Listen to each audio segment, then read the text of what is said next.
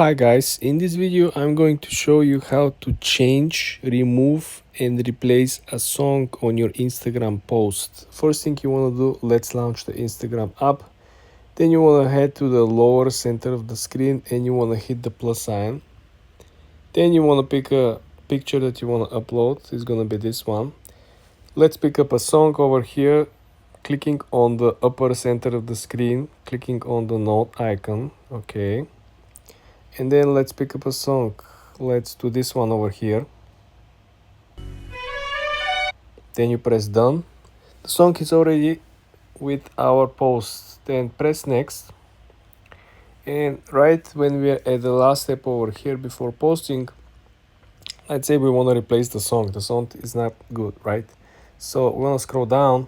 You're gonna see our song appears over here. How are we gonna change the song? First thing, we want to remove the song by simply clicking the X.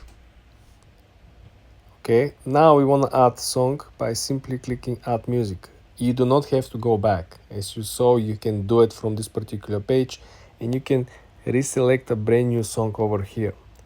It's very simple, it's very easy. After you select your new song, all you gotta do is to scroll down, finish with your setup, metadata, title, hashtags, description, location.